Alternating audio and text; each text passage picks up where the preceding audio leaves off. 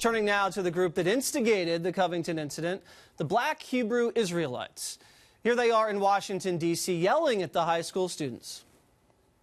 Let's make America great again. A bunch of child molesting. Look at all these dusty crackers with that racist garbage on. Look at your future school shooters. That's right. A bunch of incest babies. Biggest terrorist on the face of this earth is the pale-faced man, woman, and child. The Black Hebrew Israelites are described as a black nationalist hate group with militant overtones. They believe blacks are the true descendants of the biblical Israelites, and many of their sects are anti-white. Many here on the East Coast pretty familiar with the group, who dress up in robes and preach their teachings on street corners. I happened to catch up with them in Philly about 2 years ago. President Trump, how are you feeling about it? How do I feel about President Trump? I think that white people put Trump in office, and that was the man that they wanted him to rule over their people. Right. But I think black people, Hispanics and Native Americans have a king that they need to obey. Right. And this is what my power said. Read Acts 5:29. Acts chapter 5:29. Then Peter and the other apostles answered and said, "We ought to obey God rather than men." Joining me now, Kahtriel Ben Yosayf, a former teacher at Kahtriel Ben Yosayf.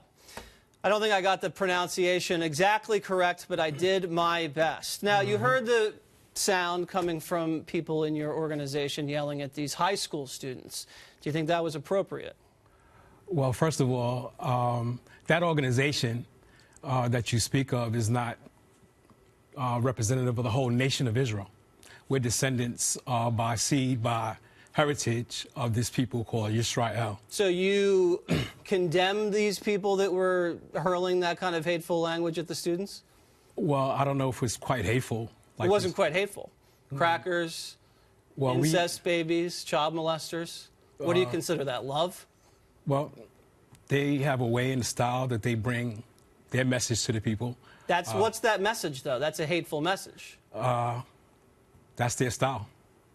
That's their style, and it's pretty hateful. Come on, you're a smart man. I'm not hateful. I'm an Israelite, but I'm not hateful. Okay, well, that was pretty hateful. I think you would agree that was hateful language? There's a lot of hate in America that's not really initiated by what you want to say Israelite groups like that. But you wouldn't agree with me that that was hateful language directed at the Covington boys by this Black Israelite group? I don't know what initiate that. What did the confrontation bring forth? Okay, listen, I haven't seen all of the video. I've just seen what was said to the Covington boys. We didn't see anything coming from the other side directed at the Black Israelites. It's basically slanted. We don't know why they responded in the way they did. You just giving me one side of the story, so. Okay. Is it okay to disparage other ethnicities in the Black Israelite group? Well, you keep calling it a group. Every nation has... It's not a religion, it's nationality. Okay, is your nationality okay with disparaging other racial groups? No, not at all. Okay, that's good. I'm glad you said that. Yes. Is there a problem right now with the Black Israelites? Are they angry at something specific? What's the beef? Well, from my perspective, we've been in captivity for 400 years. We've been denied our heritage, our land, what rightfully belongs to us as a people. We've been here for 400 years. We've had miseducation in regards to what belongs to us nationally or ethnically as servants to this country. So what belongs to you specifically? Specifically, what belongs to us is the land. In America? No. In Israel? Absolutely. Okay, so you here are in America, and you want the land in Israel to be given back to you? Absolutely. Because you believe it's rightfully yours? Absolutely. Okay, so you probably have to fight with the Palestinians over that. Well, it's a fight. Because they think it's theirs too. So a lot of people think it's theirs, but prophecy says the children of Israel will return to their land from the scattered places that we've been scattered. Okay. Your group has been called a hate group? Well, you keep saying my group. The children of Israel came over here in slave ships. And we're in churches, we're in mosques, we're in various religious doctrines that have been perpetrated on us as a captive slave body of people. And this process of awakening to know who we are, our roots are, has taken on many factions, and basically they've been formulated into religious concepts where ethnically, nationally, we're descendants by seed, by heritage, by birth of the nation of Israel. All right, so in general, not talking about Covington right now, but in general, do you have a problem with white Americans wearing Make America Great Again hats? Not at all. Not at all. Well, that incident highlighted what the problem is with America today, because you have Native Americans who are speaking out in regards to what transpired with them. And what transpired with them? They were pushed on reservations, they lost their lands. Then you had the Israelite group, who we've been brought here by slavery, forced against our will, and given doctrines that don't even belong to us, and we've lost everything. And then you have the Christian school that was there, and they have a right to speak as well. Okay. I do think some of your members are giving you guys a bad name. Let's just watch some recordings of some of the language that you guys have been using. Roll the tape. That's right. Y'all are going into slavery for enslaving so-called blacks, Hispanics, and Native Americans. All right? That's what the Bible say, all right? So y'all can sit up here and listen. Y'all can take it as a joke, but guess what? All the atrocities that was done to our people is going to be done to you times 2. All the cops. Hey, don't touch me. Hey! That is uncalled shit.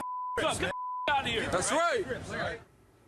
All right, so that's pretty aggressive, rhetorically and physically. See the woman on the ground there. This is representative of that nationality. Anytime anybody hears about the black Israelites, that's what they think of.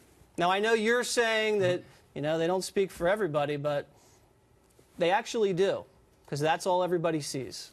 Well, you could say that about the Ku Klux Klan and neo-Nazis and skinheads as well. Does that represent you? Do you believe it does? Well, not really. Just like you shouldn't believe what they're saying represents all Israelites. So you would compare that sect that has been, you know, pretty aggressive with the language and physically, you would compare them to the Klan? No, not at all. No? Not at all. So you don't believe that black Israelites are superior to any other group? You think everybody's equal?